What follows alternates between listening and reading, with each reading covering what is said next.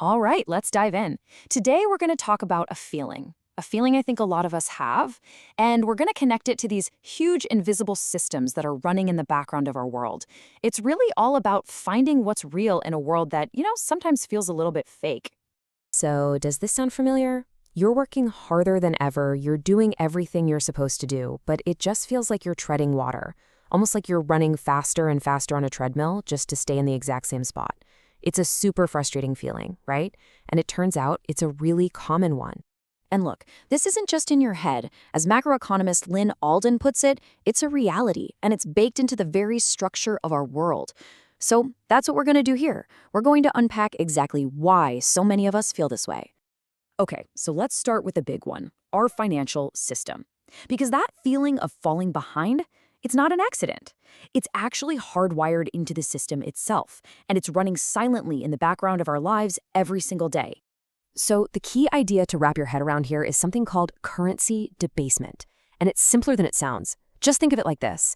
If the total amount of money in the system grows way, way faster than the amount of actual stuff to buy, goods and services, then each dollar or pound or euro you have is worth just a little bit less. It's kind of like an invisible tax that eats away at your savings and your paycheck. Now, this is where it gets really interesting. How does this happen? Well, according to Alden's work, when a bank makes a loan, it's literally creating new money out of thin air. But here's the catch, and this is the important part. The money to pay the interest on that loan, it doesn't get created. So what does that mean? It means the whole system has to constantly expand, always creating more new debt just to pay off the old debt plus the interest. It's a system that by design has to grow, or it dies. And here, right here, is what that feels like for a regular person. On average, the supply of new money grows by about 7% a year. But let me ask you, how many of us are getting a 7% raise every single year? Yeah, not many.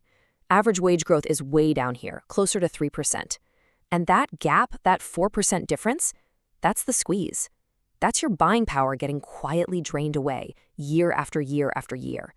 And of course, a system like this creates clear winners and losers. If you're someone who can borrow money cheaply to buy up scarce assets, think real estate or stocks, you're basically making a bet against the currency, and you win when those assets go up in price. But if you're a regular saver or a wage earner, someone who just holds their money in the bank, well, you're on the other side of that bet. You're watching your hard-earned money slowly get diluted over time. Now stick with me here, because this whole pattern of debasement, where something really valuable gets watered down by a flood of low-quality copies, it's not just happening with our money. It's happening in our digital lives, too. You've probably felt this yourself if you spend any time on a platform like YouTube. This comment from a user really nails it. There's this growing sense that the quality of what you see online is just going down, that the authentic, original stuff is getting buried. And it's not just the viewers who feel it. The creators do too. This quote just captures that frustration of trying to compete against this tidal wave of low-effort, mass-produced videos. It feels like a battle for your attention where quantity is starting to be quality. And the contrast is pretty stark, right? On one side, you've got an original creator, someone who spends hours, maybe even days, filming, writing, editing, trying to make something of real value. And then on the other side, you've got what people are calling AI slop channels. You know the ones. They churn out this kind of video mush using AI voices and recycled content just to flood the platform. So you see the parallel here. It's the exact same pattern. In the same way that printing tons of new money devalues every dollar you own, flooding a platform with low-effort junk devalues the authentic, human-made content we actually want to see. It is, for sure, a digital debasement. Okay, so in the face of these massive impersonal forces, both financial and digital, it's easy to feel kind of hopeless. So what's the response? How do we fight back?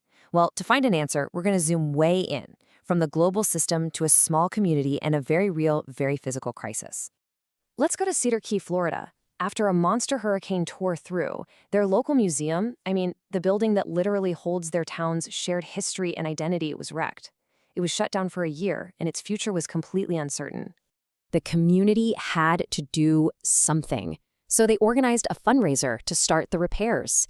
And that night, they raised over $5,000. But that number, $5,000, it doesn't even begin to tell the real story. It's just a symbol. What it really represents is something so much deeper.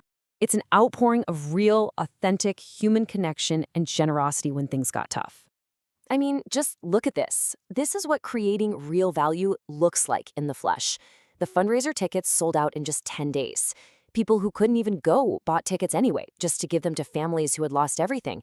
And they honored a local business owner, a guy named Scott Larson, who had organized crews of volunteers to go around clearing debris and rebuilding homes, all completely free of charge. This is the opposite of a shortcut. It was real work, real generosity, and a real community.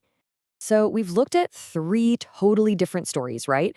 A global financial system, a digital media platform, and a tiny town hit by a hurricane. What on earth is the thread that ties all of these together? Well, this table just lays it out so perfectly. In every single arena, we see the same challenge, some force that devalues or destroys things. But in each case, the meaningful human response is exactly the same. It's to seek out or to create something authentic and scarce. In the financial world, that's real assets. In the digital world, it's original content. And in the physical world, it's genuine community generosity. And really, that's the whole takeaway here. It boils down to this. The things that are easiest to fake or mass produce, whether we're talking about money or AI videos, they tend to lose their value over time. Real, lasting value is built through things that you just can't fake: human effort, genuine creativity, and the real bonds that tie a community together.